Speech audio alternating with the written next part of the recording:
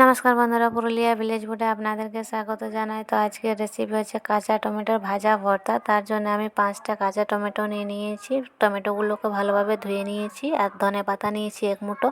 আর ফোড়নের জন্য নিয়েছি 10-12 কোয়া রসুন, হাফ চামচ ময়রি, আর নিয়েছি 2টো কাঁচা লঙ্কা। আর কিছুই লিনে এখানে আমি কোনো মশলা ব্যবহার করব না। আর নিয়েছি স্বাদ মতো চিনি। কাঁচা টমেটো খুব টক লাগে, তার জন্য আমি নিয়েছি চিনি স্বাদ মতো। আপনারা চাইলে গুঁড়ো ব্যবহার করতে পারেন। এবারে টমেটো ধুয়ে নিয়েছি আগে থেকে। এবারে টমেটোগুলোকে আমি ভালোভাবে কেটে নেব। টমেটোটা ভালোভাবে কেটে ছোট ছোট কাটবো, বেশি বড় কাটবো না, যেহেতু কাঁচা টমেটো।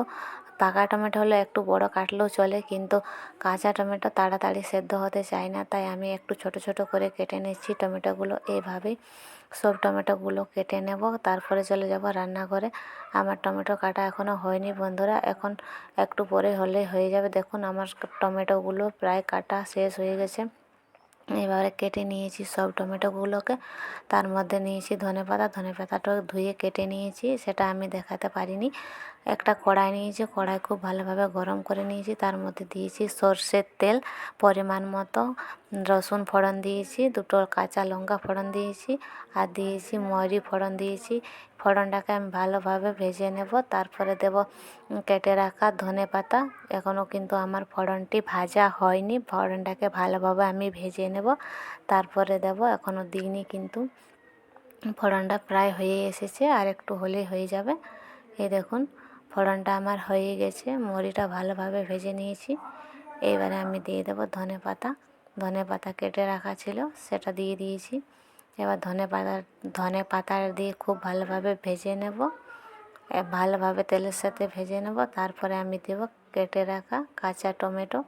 তার মধ্যে দিয়ে দিলাম পরিমাণ মতো হলুদের গুঁড়ো। আমি হলুদ গুঁড়োটা আগেই ব্যবহার করছি, হলুদ গুঁড়ো দিয়ে দিয়েছি। তারপরে দেব আমি পরিমাণ মতো লবণ দিয়ে দিলাম, লবণ দিয়ে দিয়েছি। তার মধ্যে আমি আগে থেকে কেটে রাখা টমেটো দিয়ে দিলাম। টমেটোগুলোকে এবারে খুব ভালোভাবে তেল আর মশলার সাথে ভালোভাবে মিশিয়ে ভেজে নেব। দেখুন বন্ধুরা, আমি খুব ভালোভাবে নেড়ে চেড়ে ভেজে নেব।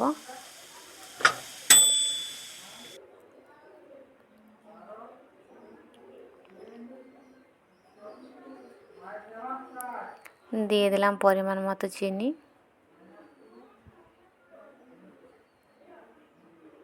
আবার চিনিটার সাথে ভালোভাবে টমেটোটা মিশিয়ে নেব।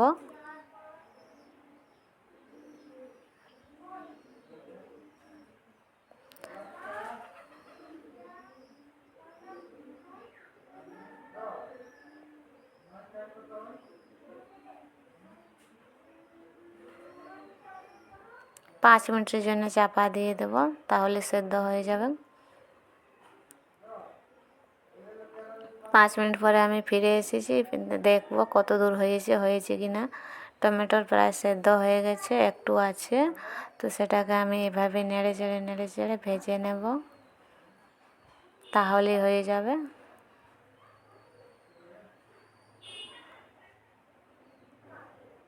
সেদ্ধ হয়ে গেছে টমেটোটা।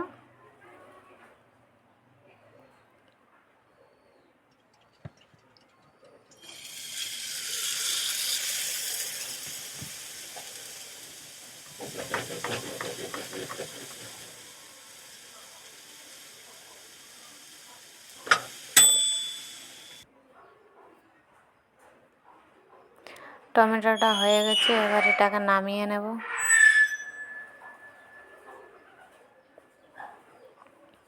এই দেখুন আমি নামিয়ে নিচ্ছি।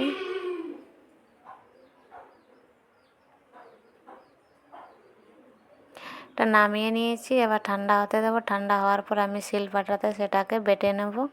এই দেখুন আমি বেটে নিয়ে চলে এসেছি। আমি বাটাটা দেখাতে পারিনি। হয়ে গেল আমার টমেটো ভাজা ভর্তা।